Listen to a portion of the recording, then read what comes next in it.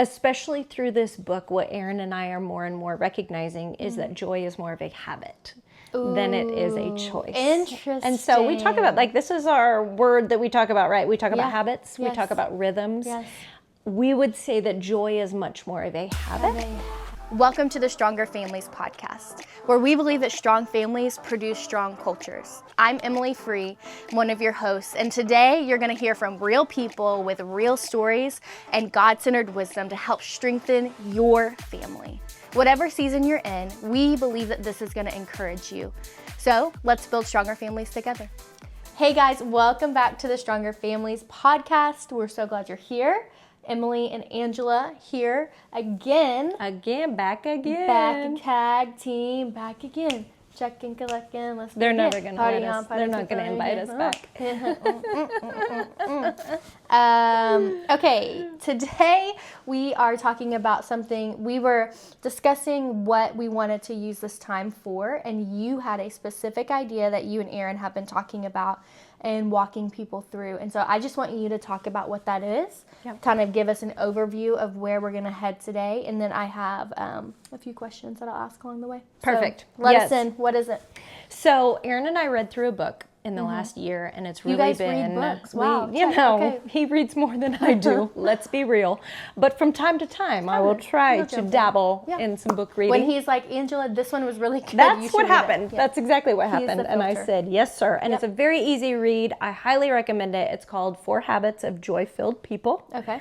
And so it's been revolutionary. I feel like in the last year we've needed joy. And there's been some hard things that we've walked through. Yeah. And so the principles in this book, I feel like it's been very timely. We've been able to really start putting these things into practice and seeing like real fruit happening. That's cool. And so basically the whole premise of the book, it really goes through the 4 habits. It's very practical. Okay. It is, it's very doable in, the day-to-day space of like, what does this look like? How do I, we'll get more into what joy is, what it is not. But the 4 habits are calming, appreciating, it is storytelling, and attacking toxic thoughts. Okay. And so those are the 4 things that we will talk through. But it's been a game changer, and I think that it's going to be really practical to listeners, and they will be able to pick out a couple things that they can start implementing right away. Okay. So, on that note, I have a tattoo right here that says choose joy. No, I'm just kidding. I don't see it. That phrase, choose joy, or the joy of the Lord is my strength. And we say all of these things, but some people might. I don't actually know what that is or what that looks like. And so, can you speak to joy, speak to choosing joy, that phrase altogether? And we do. We hear choose joy a lot, or joy is a choice. Joy. Yeah. And there is choice involved, certainly, but especially through this book, what Aaron and I are more and more recognizing is that joy is more of a habit than it is a choice. Interesting. And so we talk about, like, this is our word that we talk about, right? We talk about habits. We talk about rhythms. Yes. We would say that joy is much more of a habit. The book talks a lot about this idea of a joy tank, and it's actually a location in our brain. It is located right behind our right eye. No way. And it has the capacity to either shrink or grow based on how we're treating it. Whoa. And so it can be as small as the size of a thumbprint or as large as 1/3 of the size of your brain. And I think when I heard that, I was like, what? Wait, our brain is growing. I need more context for that, because I'm like, is it going to be coming out of our right eye? Like, that can't be right. That doesn't feel natural. That's not joyful.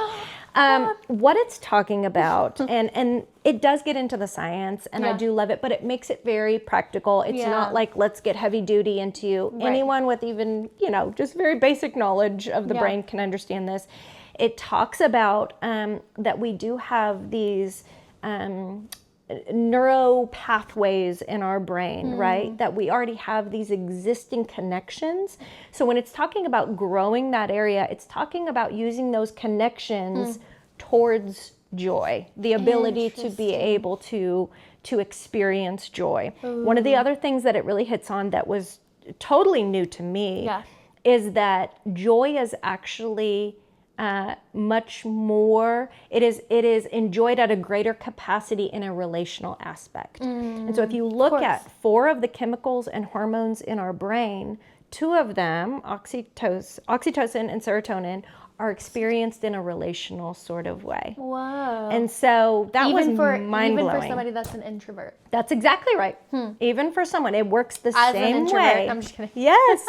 And you think about like even, baby holding and nursing and that sort of thing. The thing that's released in our body is oxytocin for mother and baby. And so it is a much more relational aspect. And so a lot of these principles that they're talking about, they're going to encourage that you do them in a relational aspect, whether that means spouse, family, friends, but that you'll be able to experience joy at a much higher level at a relational aspect. Whoa. And so it's very interesting how we grow our joy tank is that we get better at practicing these habits, and you can literally change, Dr. Caroline Leaf now is so pivotal in the neuro world, and she's talking about this idea of our brain being neuroplastic, meaning that it can change, it can grow. We're not stuck in these patterns. Right. If our joy tank is the size of a thumbprint, we can grow it, and starting to put some of these things into practice really can change it within weeks. Whoa. And so that's been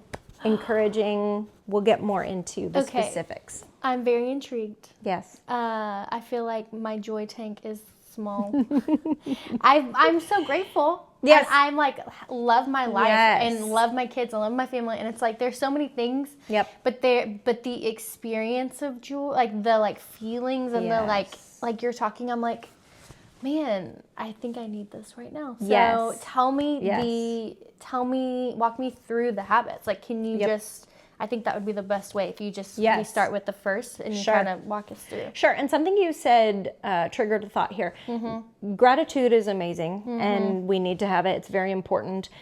This idea of practicing these habits of joy, though, actually changes our brain chemistry. And so something that gratitude can't necessarily do, it is good for us. It is going to release the good hormones and the good chemicals and all that, but it's not going to change our brain structure like this is. So let's get into this first big idea is calming. Okay. And they talk a lot, like I said, practical. It's so practical that I love. I'm like, yes, I need this. I need a step-by-step process. One of the practices is box breathing. Ooh. And they do this in the military. Is this where you breathe in for 4, hold for 4, breathe out for 4, hold for 4? Their counts are breathe in for 4, hold for 2, breathe out for 6. But it's the same concept. Okay. And you don't have to get so caught up in the numbers. I think sometimes, we can get anxious and we're like, wait. I flew on an airplane this past weekend, and I was getting nervous. Yep. And I was like, I was just trying to practice. You were practicing calming, and you didn't even realize it. I didn't even know. It does something. It does something in our brain chemistry. And so I think in this concept, something that just blew my mind and I related a lot with is that what we tend to do when we start getting heightened or elevated or anxious is that we want to immediately pull back and we want to experience relief. We want to disassociate. We're not actually addressing what's going on in our body by entering into this practice and doing the calming. Okay. And so what this practically looks like, we start feeling heightened. Okay, I'm going to do some breathing exercises. One of the things they encouraged is that we're doing this consistently. I just had a conversation today with my kids while they're calm. I'm explaining and we practice some of these breathing patterns so that when we get into a state of anxious thought, we're feeling heightened, we already know how to respond. Yeah. So we don't want to wait until we're in that moment to be like, I need to calm down. ChatGPT, what is a box breath? Yes. And so one of the, a lot of the ways that we will respond to this, we'll hop on our phone, we'll start scrolling. Yeah. We're going to disassociate, right? Yeah. We're not going to actually address the calming. And I think a lot of that, we can look back at our childhood and we can see like we've never been actually trained in this. Yeah. And so how cool that we can start practicing these and then passing them on to our children. Wow. So that's been a huge, step for us. And we are very much in the practicing stage of this is all theory right now, kids, but like, let's start walking in this together. Yeah. And so the calming, they talk about the box breathing. They did some very cool things as far as like, okay, we're feeling really heightened, we're feeling anxious, we're just going to, even something as simple as like wiping down the arms, it does something in the brain. There's also some like matching the intensity of what we're feeling and then coming back down. So that would be like stepping into a closet and, okay, I'm going to feel this all the way, and then I'm going to come down. And so again, very practical steps. I love the box breathing. I've incorporated this at night. Aaron and I will do our praying together, which we talked about in another episode. Yeah. And then he'll fall asleep immediately because that's what he does. And I just take time and I do some of my box breathing. And then I'll go right into appreciating. And what appreciating is that the next one? That's the next one. Okay. So it's calming. We did our calming. We're going to step right into appreciating. And what appreciating is, it's really re-entering a moment. It could be from that day, could be from the last several days where you have experienced joy. We're going to re-enter that moment, and we're going to sit in it, and we're going to think about who was there. We're going to think about the feelings that we had. We're going to just sit in that place of feeling the joy. It could be a moment like waking up early and I'm reading the Bible and my daughter comes in and she snuggles next to me and she says, "Can you read out loud to me?" And there's the joy that rose up and like this warmth in my chest. And so sitting back in that moment. And what it does is it rewires our brain to see and recognize and appreciate, because what do?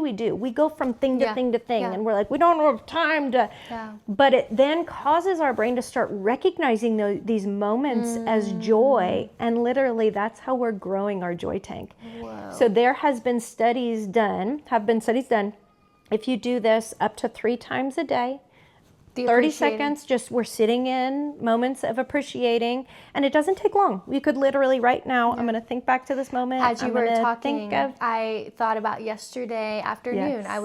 I just got done feeding the boys, and so we were in our bed and I was holding them, and then in come the big kids, and they're all just laying on top of me. And that was just like my favorite moment. That was what I shared with the kids at meals at dinner time. I was like, "That's my favorite moment from the day," and I was just thinking about that when you were talking, and it was bringing tears to my eyes. Yes, and I just growing your joy tank. Yes. Yep. That was wild. And it's easy for us to look back and go, oh, okay, I felt joy in that moment. It is a little more unnatural, I think, for us to actually like go back and sit in that place. And let's think about all the senses involved in it, and then sit in that joy. So that's the difference between appreciation and gratitude. Because we can say, I'm grateful for this moment. Appreciating is actually re-entering. And that's where the brain chemistry stuff starts. So you said 3 times a day. So do you have a practical way of incorporating that in, like, or how do you? I think bedtime is a great spot. That's when I'm doing my box breathing, I'm doing my appreciating. If you have a drive, if you are transitioning from one thing to the next, if you're in the restroom for a minute, in the shower, anytime you have just a little moment and stepping back into, I think it's much less daunting than we think it will be.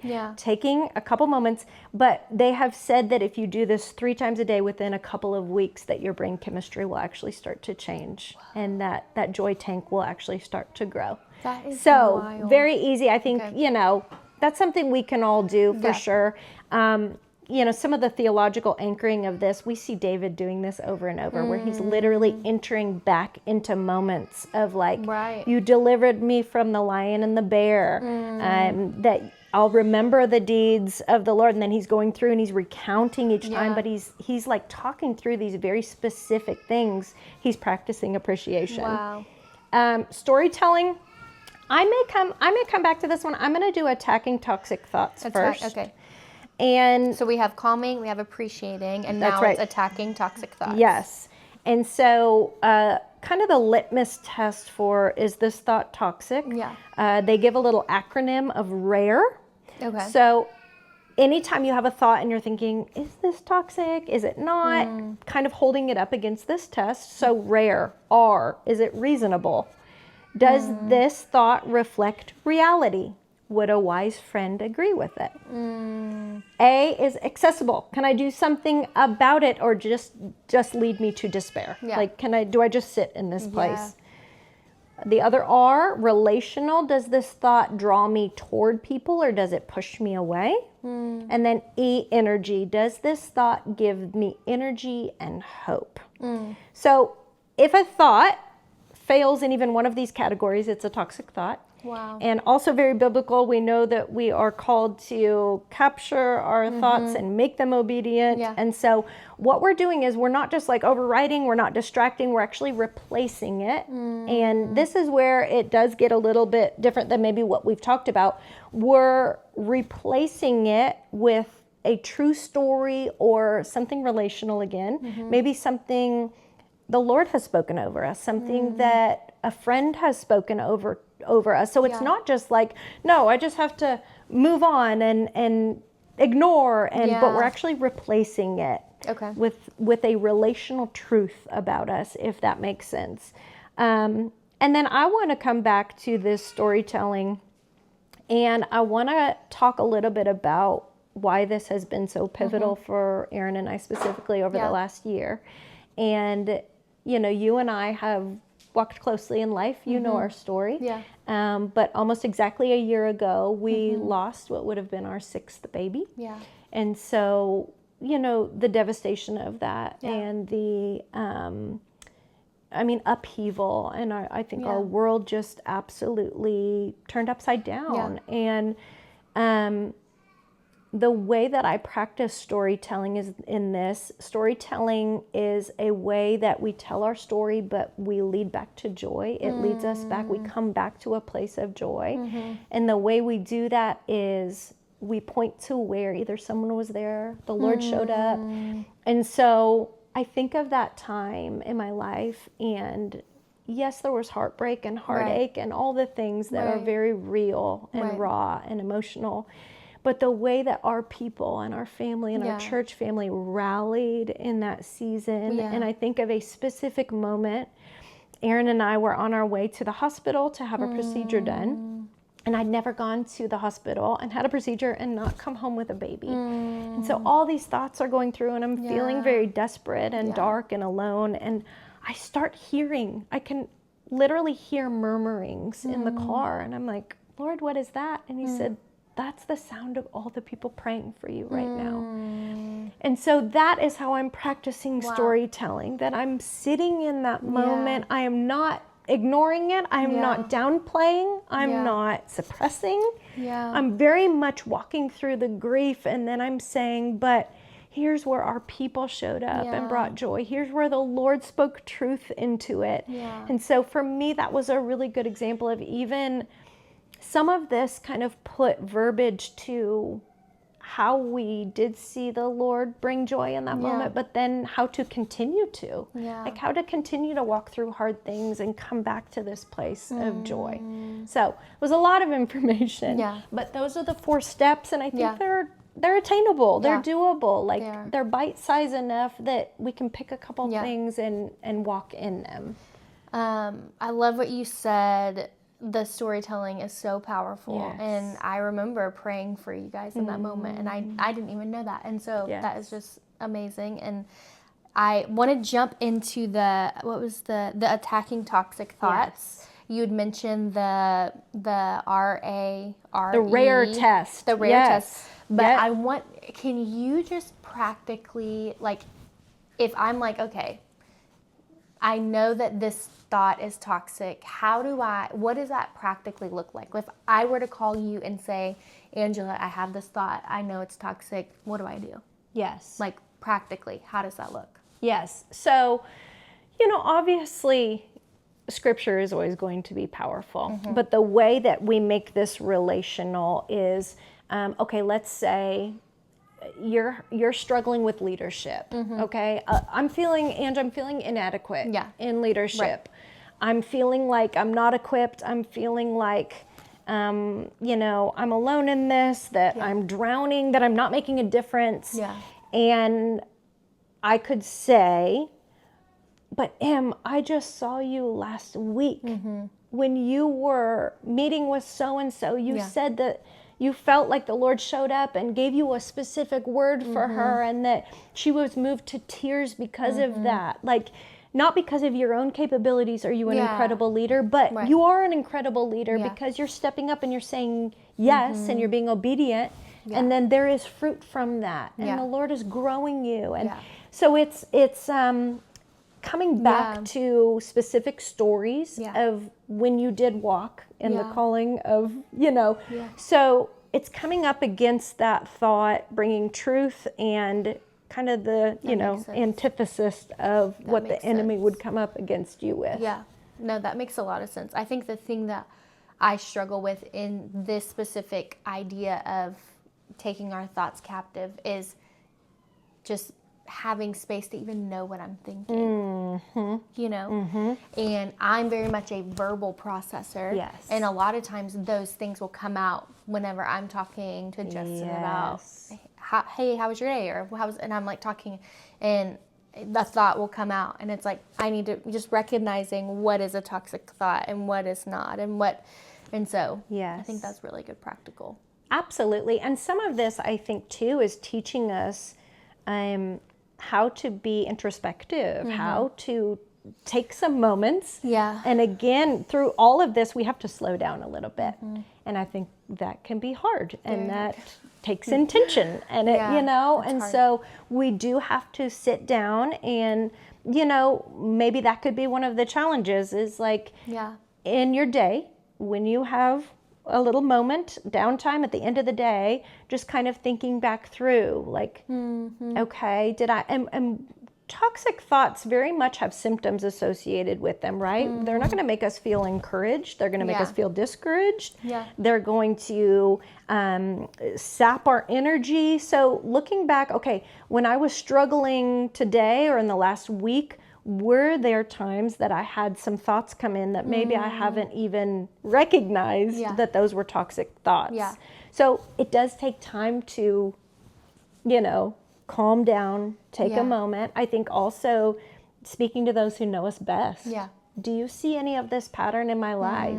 When I'm speaking, do you hear anything that could be identified as toxic thoughts? What do you think is something that I might struggle with? Like, what would be my tendency to lean towards? And so it's vulnerable and it takes time. And so again, these are just what are a couple of steps that we can take to grow in this area. That was going to be one of my questions actually, was if you, like, I know I've found myself in circles of people or groups of friends where even not even the thoughts, but the language can be negative. Be negative or toxic. That word toxic can be so like extreme. It seems like, but it kind of reminds me of that topic. Like, how do you? And this is a little bit off topic, but I don't know. Like, does that affect your joy tank if you're in a group of people and it starts to go that way? How do you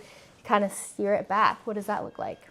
Yes, and I have brought this up in talking about this book, that even in the workforce, I recognized very early on at an early age that the language, the communication of the world is negativity. I mean, you start talking about, I would talk about how great Aaron was and how much I was enjoying marriage, and they're like, excuse me, that's not really what we're doing here. That's not what we're doing. And so I do think there is a way that we could add things to the conversation without it being like markedly like, now wait a minute.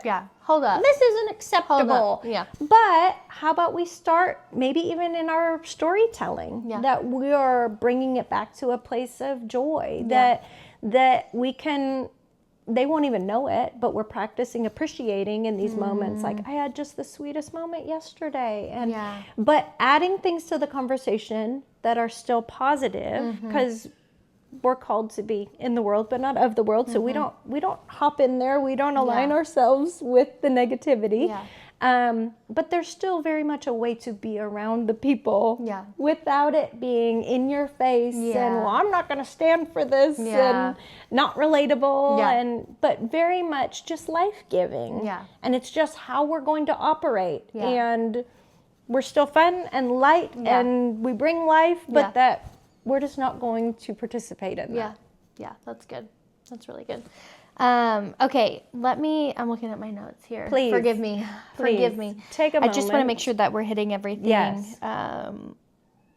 We did our calming, appreciating, storytelling, toxic thoughts. Yes. We talked through very practical things. So, okay, I wanted 2 more questions. The first one is very personal to you. So you said that the book even talks about how this could shift you in a matter of weeks. Yes. And so have you seen that play out for you? How long did it take? What did you actually see or notice? Yes.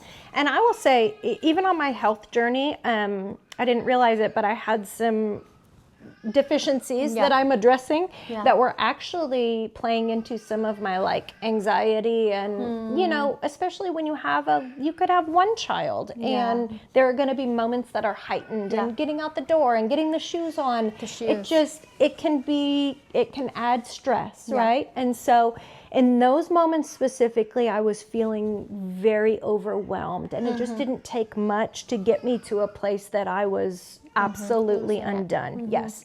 And so even some of these calming practices have really done something even in my system to where I just don't feel as rattled. I can very much, we will do it together now, and I have like this calming harp music that I play, and we will take a moment even on the way to wherever we're going, and we will practice some breathing, and we'll put on our harp music, and we will just take a moment. You're saying harp?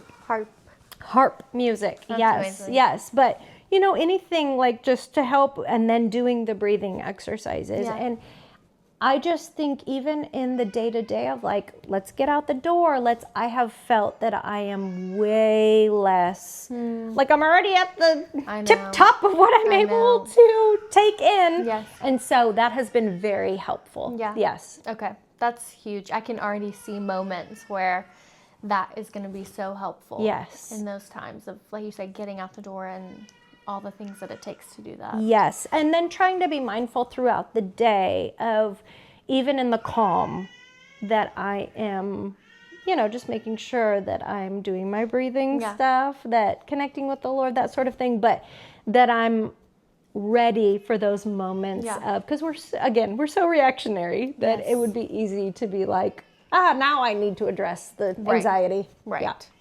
Okay. So tying a bow on all of this, what is our weekly challenge for this week? I think maybe in each category. Okay.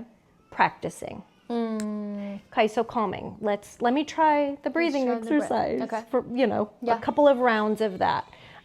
In our storytelling, let me find a friend, let me find a spouse, because again, this is all very relational. The storytelling we are sharing with people.